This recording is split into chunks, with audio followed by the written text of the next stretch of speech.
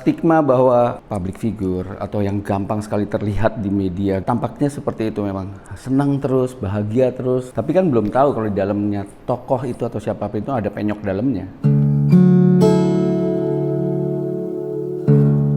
Mungkin saya dosa kepada Allah. Jadi suatu ketika saya ada dapat proyek untuk mengerjakan satu hotel, dan dilalah pada saat itu juga saya harus pergi umroh. Ketika di depan Ka'bah, saya minta sama Allah, ya Allah segera turunkan down payment saya. Begitu pulang, down payment itu memang turun tapi dibawa kabur oleh partner saya. Kok lu begini sih sama gue? Sampai hingga saya sempat nggak percaya dengan kebaikan Tuhan kepada umatnya gitu. Tapi hikmahnya adalah ketika kita berangkat ke rumah Tuhan, ikhlaskan semua yang ada di dunia ini, ikhlaskan segala masalah duniawi, berserah diri pada Allah. Jangan mikir duniawi, itu sih terutama yang menurut saya yang jadi cambuk saya ketika saya, oh ini pelajaran gitu. Tuhan menciptakan orang berpasang-pasangan. Siapa sih yang ingin pisah dalam satu institusi perkawinan? Gak ada yang mau pisah. Itu salah satu titik, aduh aku rasanya udah gimana ya, saya males ngapa-ngapain, males keluar, males berinteraksi dengan orang. Public figure gampang sekali disentuh, ini pasti perceraian ini gara-gara atau ini. Udahlah, yang ngalamin kan kita berdua, ini kan bukan buat konsumsi orang. Sampai akhirnya saya bisa menyikapinya, saya harus keluar, saya harus tetap berkarya, saya harus tetap hidup, saya masih punya anak saya yang saya sayangi.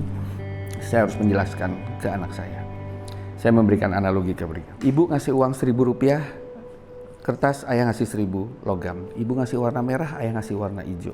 Ibu ngasih celana, ayah ngasih baju. Ibu ngasih motor-motoran, ayah ngasih mobil-mobilan. Semua yang kita kasih yang terbaik untuk kamu. Tapi ayah sama ibu seperti minyak dan air, nak. Mungkin nggak bisa bersatu.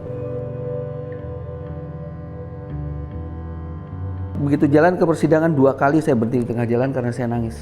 Nangis bukan karena perpisahan ya, nangis karena ya Allah, aku harus ada di stase ini juga yang biasanya saya harus dengar dari teman-teman cerita ke saya, terus minta input, minta insight dari saya. Kok saya ada di stase ini ya?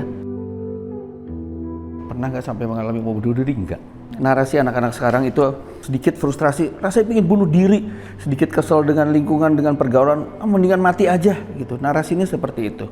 Yang kita sebagai orang tua pasti kaget. Kamu segampang itu dikit-dikit mau mati, dikit-dikit mau mati. Emang mati menyelesaikan masalah? Mati itu belum tentu menyelesaikan masalah. Mungkin dia selesai, cuma yang ditinggalinnya jadi banyak masalah. Setiap orang mungkin beda-beda cara menyikapinya. Setiap saya ada masalah, saya menganggapnya itu dengan analogi, oke, seperti spiral. Kalau misalnya saya punya masalah di sini, kalau saya bisa menyikapinya, saya bisa mengatasi, saya akan naik kelas, naik ke sini. Di sini ada masalah lagi, saya akan naik kelas gitu. Jadi kayak naik kelas terus seperti spiral gitu. Oke, ini salah satu jalan hidup yang udah diberikan sama Allah dan gimana saya menyikapinya.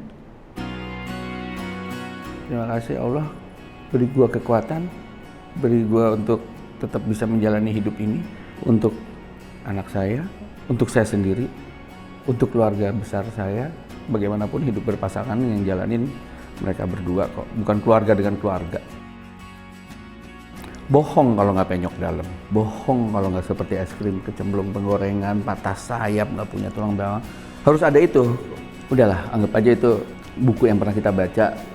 Gak selalu halamannya bagus, masih banyak yang lebih bagus lagi di dunia ini yang harus kita jalanin, kita nikmatin, kita hadapi dengan ketawa, cinta, senyum. Jalani semuanya dengan ikhlas, berserah diri. Orang boleh ambisi asal jangan ambisius. Bunuh diri mungkin selesai untuk orang yang mati, yang ditinggalinnya bikin masalah banget.